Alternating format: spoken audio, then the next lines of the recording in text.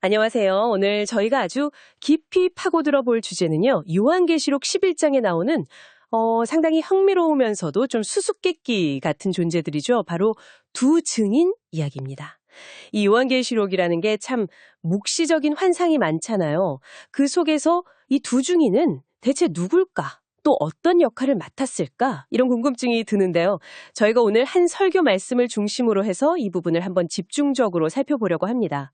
단순히 성경 구절을 해설한다기보다는 이 오래전 이야기가 지금 바로 오늘을 살아가는 여러분께 어떤 의미가 있는지 또 어떤 도전을 주는지 그걸 함께 발견해보면 좋겠습니다.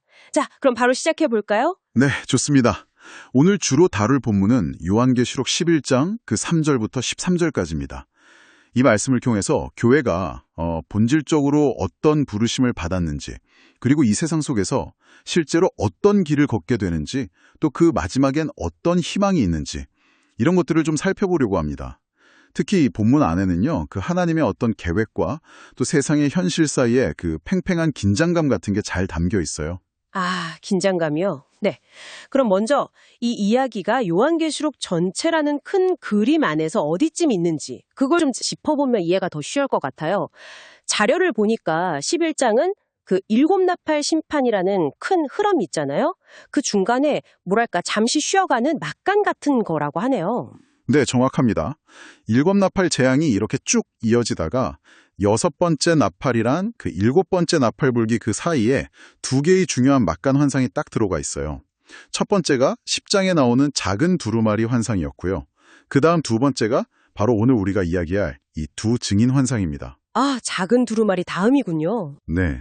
그리고 이 두 환상을 이어주는 다리 역할을 하는 게 바로 11장 1절 2절에 나오는 성전 측량 장면이에요. 성전을 자로 잰다. 상당히 상징적인 장면 같은데요. 이게 어떤 의미가 있을까요? 네, 그렇죠.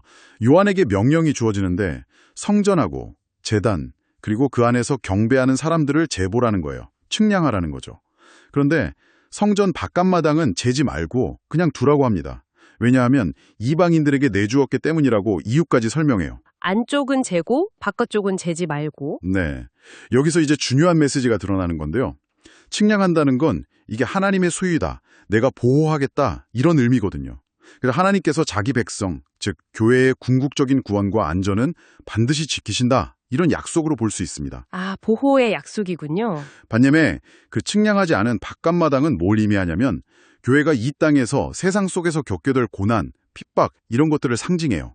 하나님께서 그걸 허용하신다는 뜻이죠. 허용하신다. 그러니까 하나님께서 최종적으로는 반드시 우리를 구원하시고 지키시는데 그렇다고 이 땅에서 살아가는 동안 겪는 어려움이나 박해를 다 막아주시지는 않는다는 거네요.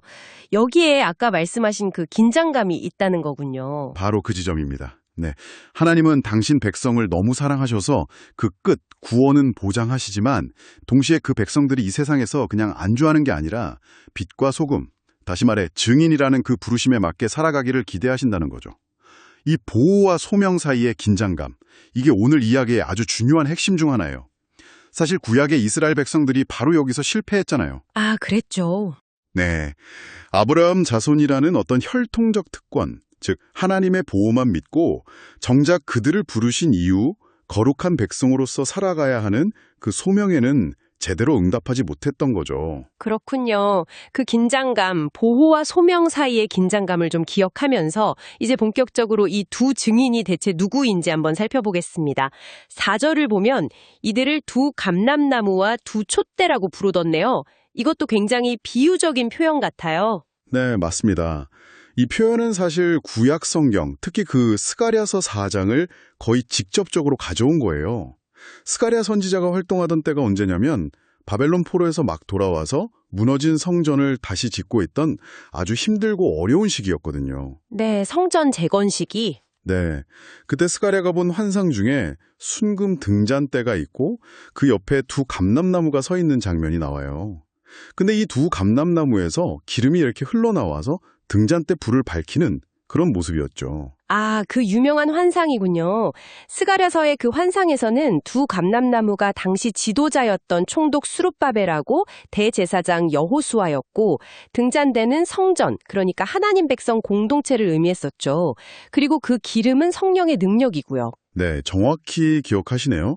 핵심 메시지가 뭐냐면 이 성전 재건이라는 엄청난 일이 수룹바벨이나 여호수아 같은 인간 지도자의 어떤 힘이나 능력으로 되는 게 아니다. 오직 하나님께서 부어주시는 성령의 능력, 즉 그 금기름으로만 가능하다는 거였어요. 그 유명한 말씀 있잖아요. 이는 힘으로 되지 아니하며 능력으로 되지 아니하고 오직 나의 영으로 되느니라. 이게 바로 그 환상의 결론이었죠. 아, 맞아요. 오직 나의 영으로 되느니라. 그렇다면 요한계시록 11장의 이 두 감람나무와 두 촛대도 비슷한 맥락에서 이해하면 되겠군요. 스가랴서처럼 이것도 교회를 상징한다고 보면 될까요? 네, 많은 학자들이 그렇게 해석합니다. 이 두 증인은 바로 교회 공동체다. 이렇게 보는 거죠. 여기서 조금 더 들어가 보면 두 감람나무는 성령의 기름 부으심을 받아서 존재하는 교회의 어떤 본질적인 존재 자체를 상징하고요. 그리고 두 촛대는 어둠을 밝히는 빛으로서 교회가 담당해야 할 소명 혹은 사명을 상징한다고 볼 수 있습니다. 아, 존재와 사명. 네, 예수님께서도 제자들에게 너희는 세상의 빛이다 이렇게 말씀하셨고 또 스스로 나는 세상의 빛이다 라고 하셨잖아요. 그러니까 교회는 빛이신 그리스도의 몸으로서 이 어두운 세상에 진리의 빛을 비추도록 부름받은 공동체라는 거죠. 결국 교회 자체가 증인이다. 이 말씀이시군요. 그리고 그 증인의 사명은 인간적인 힘이나 노력이 아니라 오직 감람나무 기름처럼 성령께서 주시는 능력으로만 감당할 수 있다. 이런 의미고요. 정확합니다. 네, 그래서 본문이 교회를 딱 집어서 두 증인이라고 부르는 겁니다. 교회의 본질은 증거하는 삶에 있다는 거죠. 자, 그럼 이 증인들의 삶이 구체적으로 어떤 모습으로 그려지는지 볼까요? 3절을 보면 이들이 굵은 베옷을 입고 1260일 동안 예언한다고 되어 있어요. 붉은 베옷. 이거 구약 성경 보면 주로 회개하거나 아니면 아주 슬플 때 입었던 옷 아닌가요? 맞습니다. 그게 바로 이 세상의 어떤 죄악에 대한 깊은 슬픔, 애통함, 그리고 그 죄에서 돌이키라는 회개의 메시지, 이런 것들을 상징하는 거죠. 교회는 세상의 죄악을 보면서 그냥 외면하는 게 아니라 함께 아파하고 또 하나님의 심판을 경고하면서 회개를 촉구하는 그런 예언자적인 목소리를 내야 한다는 겁니다. 예언자적인 목소리. 네. 그런데 동시에 하나님께서는 이 증인들에게 아주 강력한 권세를 주셨다고 해요. 3절. 권세요. 어떤 종류의 권능이죠? 5절, 6절 보니까 이게 보통 능력이 아닌데요? 입에서 불이 나와서 원수를 태워버리고 기도하면 하늘이 닫혀서 비가 안 오고 물을 피로 변하게도 한다고요. 와, 이건 진짜 구약의 엘리야나 모세가 행했던 기적들 같은데요? 네, 바로 그겁니다. 성경을 좀 아시는 분들은 딱 보면 아, 이거 엘리야 이야기, 이거 모세 이야기네 하고 떠올릴 수 있게끔 의도적으로 그렇게 쓴 거예요. 입에서 불이 나오는 건 그 아하시아 왕이 보낸 군사들을 불로 심판했던 엘리야, 생각나시죠? 그거고요. 비를 멈추게 하는 건 3년 반 동안 가뭄오게 했던 엘리야의 기도, 또 물을 피로 변하게 하는 건 이집트에서 첫 번째 재앙을 일으켰던 모세, 딱 연결되죠. 네, 정말 그러네요. 모세는 율법, 엘리야는 선지자를 대표하는 인물이니까. 그렇죠. 그러니까 이 상징적인 표현들은 뭘 말하냐면 교회가 하나님의 말씀, 즉 율법과 선지서로 대표되는 그 말씀을 선포하고 기도할 때 하나님께서 마치 모세와 엘리야에게 주셨던 것과 같은 그런 강력한 영적인 권능으로 그 사역을 뒷받침해 주신다는 의미로 해석할 수 있는 거죠. 문자 그대로 막 입에서 불 뿜고 그런다기보다는요. 아, 상징적인 의미군요. 교회의 증언과 기도가 그만큼 영적인 힘이 있다는 걸 보여주는 거네요. 네, 교회의 증언 사역이 결코 약하거나 무력하지 않다는 겁니다. 하나님 자신이 그 증언에 힘을 실어주시기 때문이죠. 하지만 여기서 중요한 건 그 권능이 어떤 모습으로 나타나냐는 건데 바로 굵은 베옷을 입은 채로 나타난다는 거예요. 즉, 세상 죄를 슬퍼하고 회개를 촉구하는 방식으로요. 권능이 있지만 그 방식은 회개를 촉구하는 것이다. 근데 빛이 강하면 어둠의 저항도 거세지지 않습니까? 이렇게 강력하게 증언하는데 세상이 이걸 가만히 둘 것 같지가 않은데요. 아니나 다를까 7절 보니까 분위기가 확 바뀌네요. 갑자기 무적행으로부터 올라오는 짐승이 나타나서 증인들이랑 싸워서 이기고 심지어 죽이기까지 한다고요. 그렇죠. 여기서 이제 반전이 일어나는 거죠. 교회가 자신들에게 주어진 그 증언의 사명을 다 마칠 때쯤 7절 어떤 사탄적인 세력을 상징하는 짐승이 나타납니다. 이 짐승이 무적행, 즉 끝없이 깊은 구렁텅이에서 올라왔다는 표현 자체가 그 악마적인 기원을 보여주는 거고요. 이 짐승이 교회를 공격하고 일시적으로는 이 짐승이 승리하는 것처럼 보이는 상황이 펼쳐지는 겁니다. 이게 바로 아까 성전 측량할 때 재지 않았던 바깥마당에 상징했던 거예요. 교회가 세상에서 겪게 될 현실적인 박해와 고난인 거죠. 아, 그 바깥마당 이야기랑 연결되는 거군요. 근데 증언의 사명을 마칠 때에 죽임을 당한다? 이 부분은 좀 어떻게 이해해야 할까요? 사명을 다 했으니까 이제 뭐 보호가 필요 없다. 이런 뜻일까요? 그 7절에 올라오는 이라는 그 동사가 쓰였는데 이게 헬라어 원문에서는 현재 분사형이에요.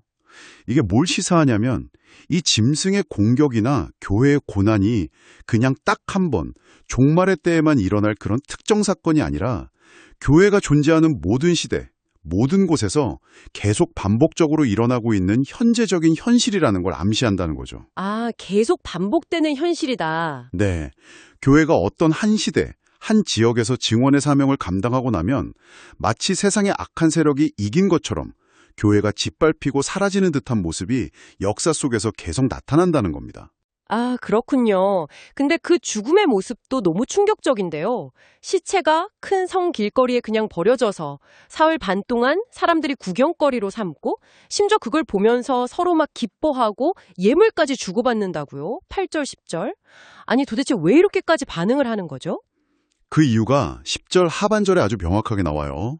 이는 이 두 선지자가 땅에 사는 자들을 괴롭게 하였음이라. 여기서 괴롭게 하다는 말이 원어로는 바산이죠. 에바산이상. 에바산이산? 네. 이게 그냥 좀 귀찮게 했다 정도가 아니라 고문하다, 심하게 괴롭히다 이런 아주 강한 의미예요. 고문하다요? 네.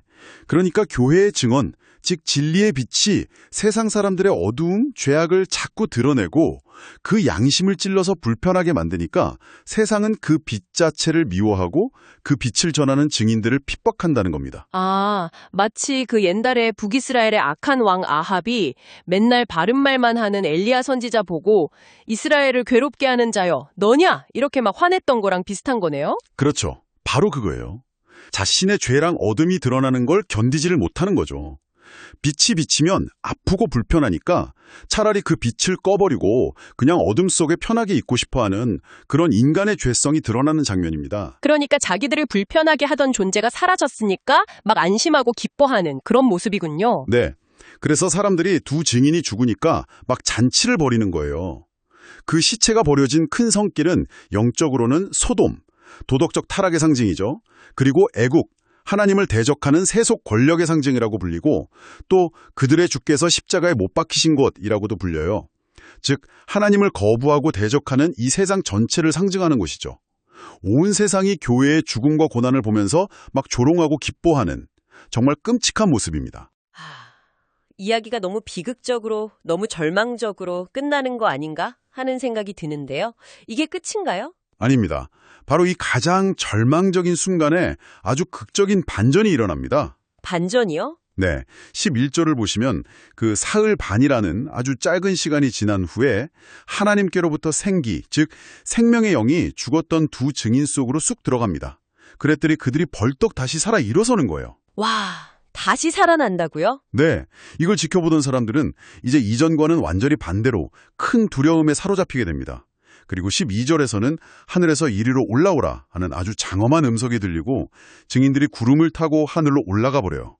그들을 죽였던 원수들도 이 모든 광경을 다 지켜보게 되고요. 승천까지? 네, 그리고 이어서 13절에는 큰 지진이라는 하나님의 심판이 임하고 살아남은 사람들이 두려워하면서 비로소 하늘에 하나님께 영광을 돌리게 된다. 이렇게 이야기가 마무리됩니다. 아, 결국에는 하나님께서 당신의 그 신실한 증인들을 그냥 버려두시는 게 아니라 부활시키고 승천시키는 그런 영광스러운 방식으로 최종적인 승리를 주시는군요. 세상이 아무리 조롱하고 핍박해도 그건 잠시고 결국 마지막 승리는 하나님과 그분의 백성에게 있다. 이런 아주 강력한 메시지네요. 그렇죠.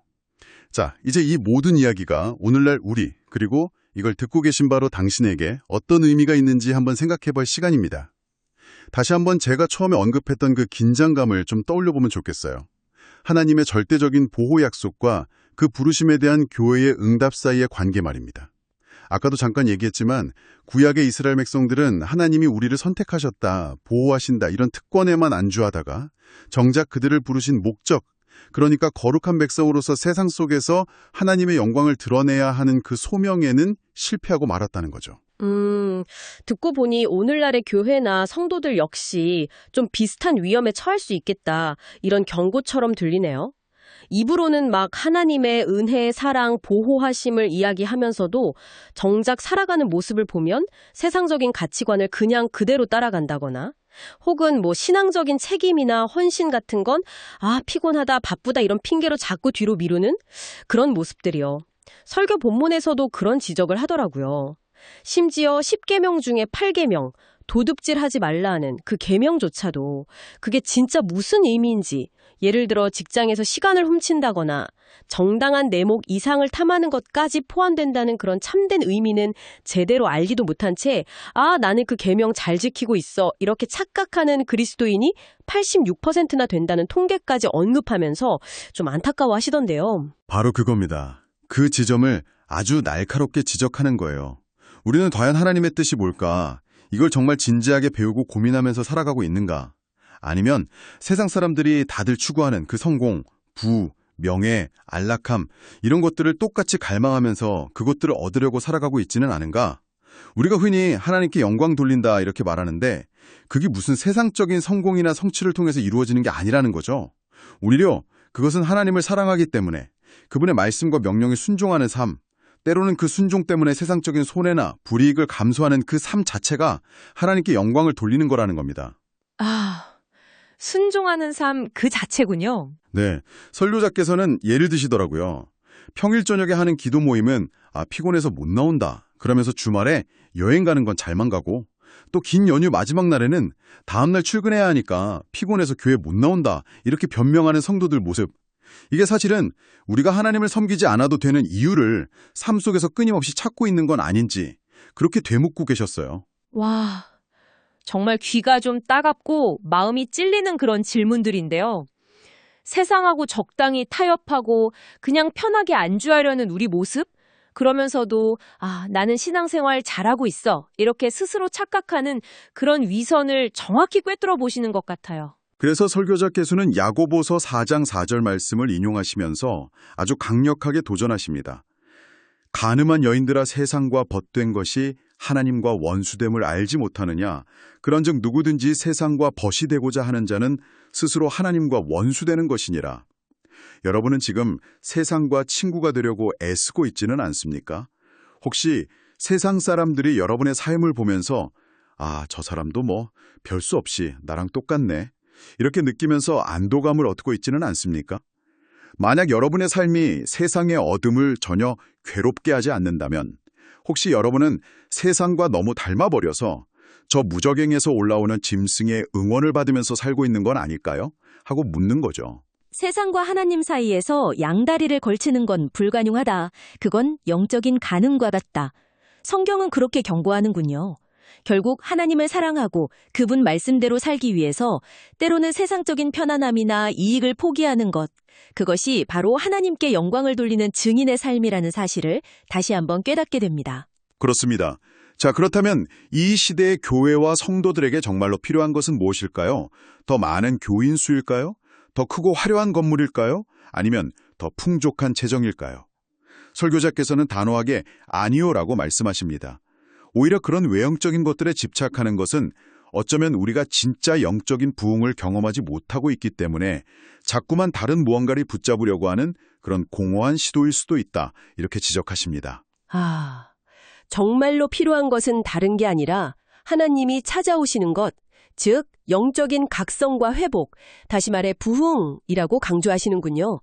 우리가 잃어버렸던 그 하나님에 대한 생생한 감각을 다시 되찾고 성령께서 주시는 능력으로 다시 한번 우리의 그 소명, 증인으로서의 삶에 기꺼이 응답하고자 하는 그런 거룩한 열망이 회복되는 것 말입니다. 네, 맞습니다. 마치 에스겔 37장에서 그 마른 뼈들이 생기를 얻어서 거대한 군대가 되었던 것처럼, 그리고 오늘 본문에서 죽었던 두 증인이 하나님께로부터 온 생기를 받아서 다시 일어섰던 것처럼 말이죠. 그런 부흥이 우리에게 필요하다는 겁니다. 오늘 저희는 요한계시록 11장의 두 증인 이야기를 통해서 교회가 이 땅에서 감당해야 할 본질적인 사명, 그러니까 어두운 세상 속에서 그리스도의 빛을 증거하는 삶이란 과연 무엇인지 좀 깊이 있게 탐구해 보았습니다. 그 길에는 분명히 세상의 오해와 핍박, 또 고난이 따르겠지만 그럼에도 신실하게 그 길에 걷는 증인들에게 하나님께서는 반드시 능력과 보호, 그리고 궁극적인 승리와 영광을 약속하신다는 것을 다시 한번 확인했습니다. 네, 이 이야기는 오늘을 살아가는 여러분 각자에게 직접적으로 질문을 던지고 있습니다. 당신은 지금 어떤 증인으로 살아가고 있습니까? 당신의 삶은 세상의 어둠을 밝히면서 때로는 그 어둠을 괴롭게 하는 그런 진리의 빛으로 존재하고 있습니까? 아니면 세상과 너무 비슷해져서 아무런 영적인 영향력도 미치지 못한 채 오히려 세상으로부터 당신도 우리와 같군요 하는 그런 위안을 주고 있지는 않습니까? 베드로후서를 보면요. 롯을 의로운 사람이라고 불러요. 근데 롯이 소돔에 살았잖아요.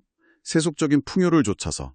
그렇지만 그는 그곳의 불법한 행실을 보고 들으면서 그의 의로운 심령이 날마다 상했다고 기록되어 있습니다. 아, 심령이 상했다. 네, 완벽해서 의로운 게 아니라 하나님의 의의를 사모했기 때문에 세상의 죄악 속에서 고통받았던 거죠. 어쩌면 지금 우리에게 필요한 것은 바로 이 상한 심령일지도 모르겠습니다. 딱 때문에 마음 아파하고 또 하나님의 뜻대로 살지 못하는 내 자신과 세상을 보면서 애통하고 그럼에도 불구하고 다시 믿음으로 살아가려고 몸부림치는 것. 그것이 바로 오늘 우리에게 요구되는 증인의 모습이 아닐까 싶네요.